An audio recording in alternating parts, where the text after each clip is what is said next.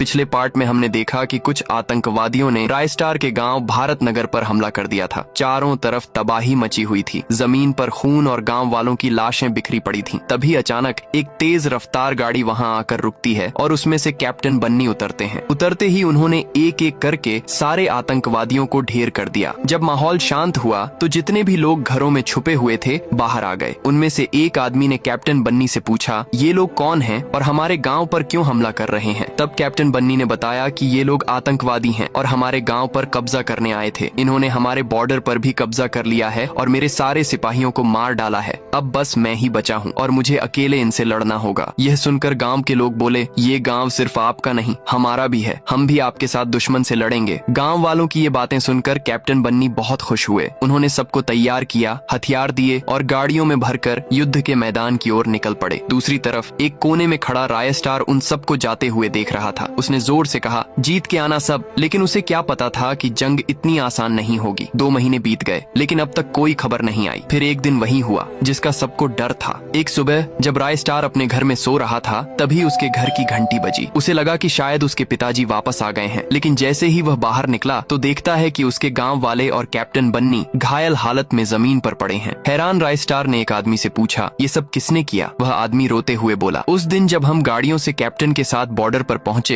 तो जनरल जाफर पहले से ही अपने आदमियों के साथ तैयार खड़ा था, लेकिन कैप्टन बन्नी पीछे हटने वालों में से नहीं थे। हम सब भी लड़ने को तैयार थे। तभी अचानक जनरल जाफर के आदमियों ने ऊपर से बम बरसाना शुरू कर दिया। उनके पास हाईटेक फाइटर जेट थे जिनसे वे हम पर लगातार बम गिरा रहे थे। हमने पूरी कोशिश की लेकिन उनके पास ऊंची पोजीशन थी। धीरे धीरे उन्होंने हमारे सभी साथियों को मार डाला। मैं किसी तरह घर में छुप गया। तभी जनरल जाफर आया और ज्ञान भाई और अज्जू जो अभी तक जिंदा थे उन्हें अपने साथ ले गया। अब वो दोनों उसके कब्जे में हैं। ये सुनकर रायस्टार गुस्से से भर गया, लेकिन उसे पता था कि वह अकेले उनका कुछ नहीं बिगाड़ सकता। इसलिए उसने एक मास्टर प्लान बनाया। आसपास के सभी गांवों के लोगों को बुलाया, एक बड़ी टीम तैयार की, सबको हथियार दिए और कहा, आज हम अपने लिए नहीं अपने गांव के लिए लड़ेंगे। फिर सबको लेकर वह जनरल जाफर के महल के पास पहुंच गया। जनरल जाफर अपने महल में आराम कर रहा था। तभी उसे जोर जोर की आवाजें सुनाई दी। ये आवाजें गुस्से में आते हुए हजारों गाँव वालों की थीं, जो अचानक महल में घुस गए और सारे आतंकवादियों को मार गिराया। जनरल जाफर वहां से भागने की कोशिश करने लगा, लेकिन जैसे ही वह महल से बाहर निकला, बाहर रायस्टार अपनी पूरी फौज के साथ खड़ा था। जनरल जाफर ने अपनी जान की भीख मांगी, लेकिन आज कोई उसे माफ करने नहीं आया था। आज सब उसकी कहानी खत्म करने आए थे। सारे गांव वालों ने मिलकर जनरल जाफर को मार गिराया।